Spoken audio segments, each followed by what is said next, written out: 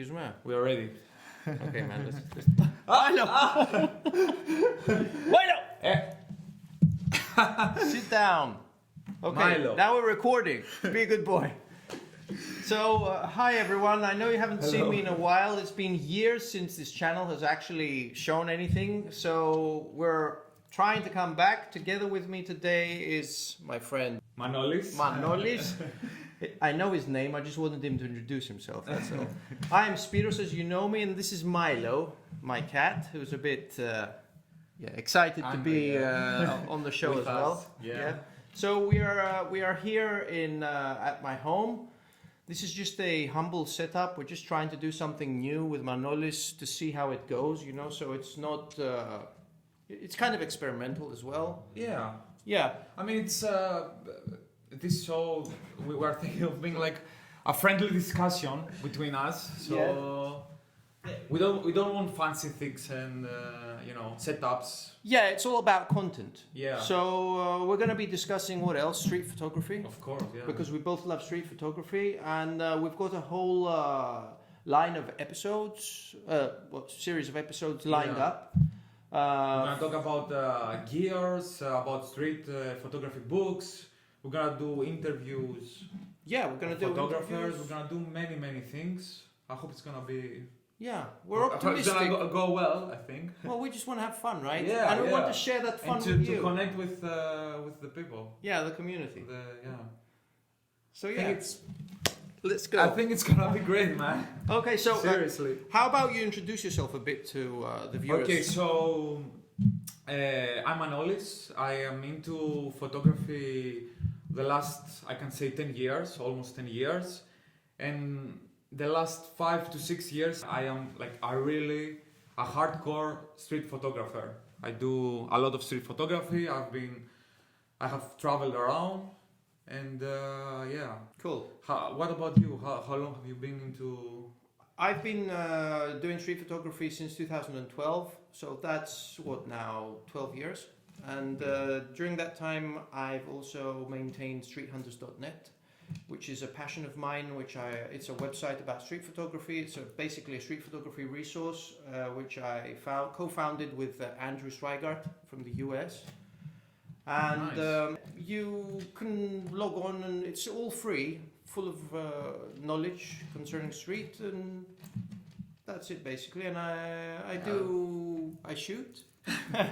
And you're right. And I write about photography. Yeah, those are my gigs basically. And I used to do videos. There are many videos still on the channel you can have a look at. And now with this new thing, hopefully we're gonna have more videos.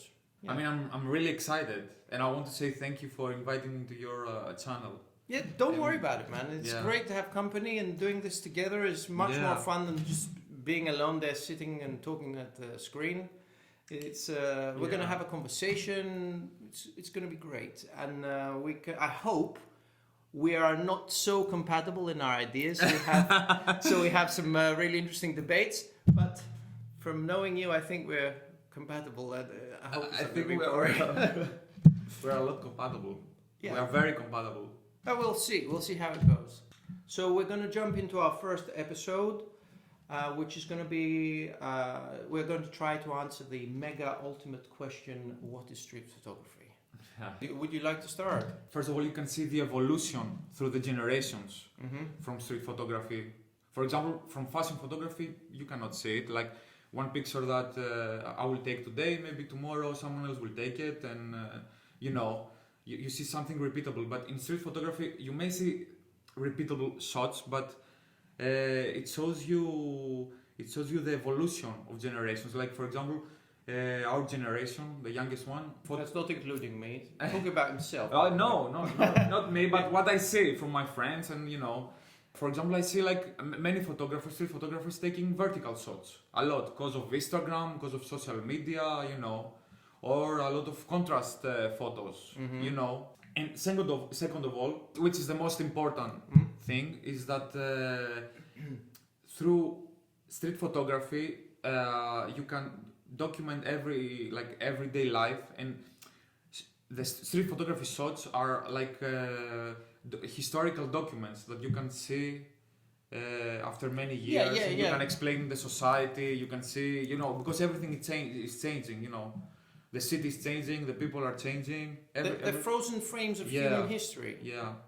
And the difference between documentary and photojournalism is that in street photography, what I think is that you are free. There are some rules, but there are less rules than the other types of photography.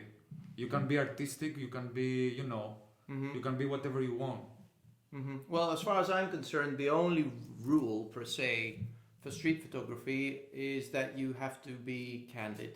You don't, if you pose something, if you direct it, if you set it up, if you stop people in the street and say, hi, can you do this and this, and I'll take a photo, that's not street photography. Yeah, from the moment you ask, it's not street photography. Exactly.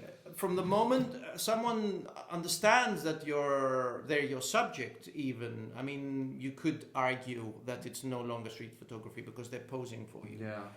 Because it happens automatically, subconsciously. I mean, someone notices you're taking their photograph, they immediately change their posture, their demeanor, everything changes. Exactly, yeah. Everything. So, in my opinion, the best way is to take candid shots. But here, I'm going to do a debate against myself because I'm a flash photographer. I shoot with flash.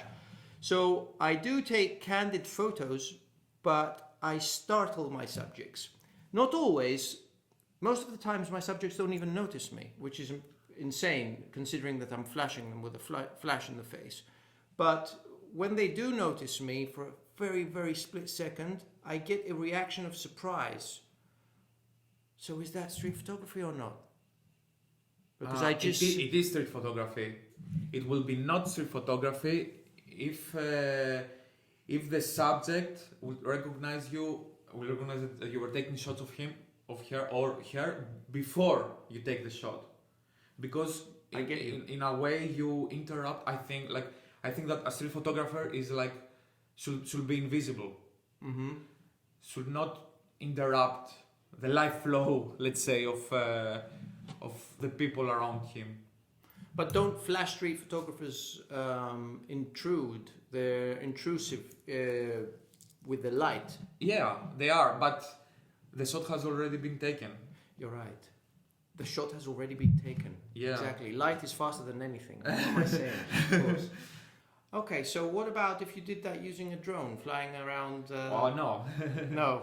Okay, yeah, because you could fly around with a drone and document the street life, but it's... I don't think that this is street photography, although I think that you can put some pictures of drone, maybe with shadows and stuff, on like a project that you are doing that has to do with street photography. I think that you can combine, but it's not street photography for me. Yes, I agree. I think that photographing with a drone, street life with a drone, is more like a documentary thing, because you're actually documenting life as it evolves in a much broader scale. Where street photography usually has 1 or 2 or 3 subjects. If you're really good at what you do and very observant, you can have more subjects in a frame, but that's very rare. So street photography, I think, pinpoints more on singular moments, whereas the other thing I said before about drone photography is something more broader, so it goes into the field of documenting. Yeah, also for me, as I said, street photography is something that even if you put a stranger, like someone who doesn't know about photography, in your shoes, he will see what you want to show. He will see, like in drone photography, you cannot fly. It's something that street photography. You mean that when you do street photography, you can put the viewer in your shoes, but when you're doing drone photography, because you're not a bird, you can't. Yeah, I understand what you mean. And that's why, maybe we will disagree here, that's why I believe that also double exposure shots and multiple exposure shots are not street photography. Because the photographer creates his own world. But isn't all street photography also a surreal view of the photographer? I mean, otherwise it would be documentary photography. I mean, if it's just a raw, sorry for interrupting, if it's just a raw description of the scene, it's documenting. Yeah, but in a way, as I said, every person that you will put in your shoes, and show him how to take this picture, he will take it. But when you do double exposures and multiple exposure shots, you just create something else, something that is not there. It doesn't exist in their reality. I think this is a very interesting discussion, and maybe we should do a separate episode about it, because I'm thinking about many different arguments now, but I don't want us to broaden our conversation too much, otherwise it will become a very long discussion and people will start just getting bored. What else is street photography for you? So candid moments, photos in the street. Street portraits that you don't ask, you don't interrupt. Unposed. Beach photography. Beach photography is street photography for me. Yeah, I agree with you. Yeah, because it's also everyday life. Yeah, it's just a different setting. Yeah. Especially for us, we're both Greeks. Because many live in Greece. And going to the beach is a huge part of our life. It's a huge part of the culture of being Greek, right? So if when it's summertime, the cities are empty basically in the morning. Everyone's at the beaches. So you have to migrate your whole thing to the beach. Italians can relate with us, southern French people and Turkish people, Spaniards. Yeah, we all have this during the summer. So I think it's part of street photography, a big part of street photography. Personally, street photography for me is the beginning of everything. And I'll explain. I wrote an article about this many years ago on streethunters.net. The first photos that were taken ever were on the street. And the reason that these photos were taken on the street was for exposure reasons, because there was not enough light to photograph indoors. So that's how photography started, with people documenting everyday life, posed of course, because of the restrictions of shutter speed and film emulsions. Back then you couldn't do fast photos. But they still recorded the streets. And that's where I think street photography began 180 years ago, 160 years ago. 1837 was Daguerre. I don't know. Yeah, anyway, we will overlay this photo for you. It's by Daguerre. He was the inventor of the silver plate, the plate photography. And he photographed a man having his shoes shined in France.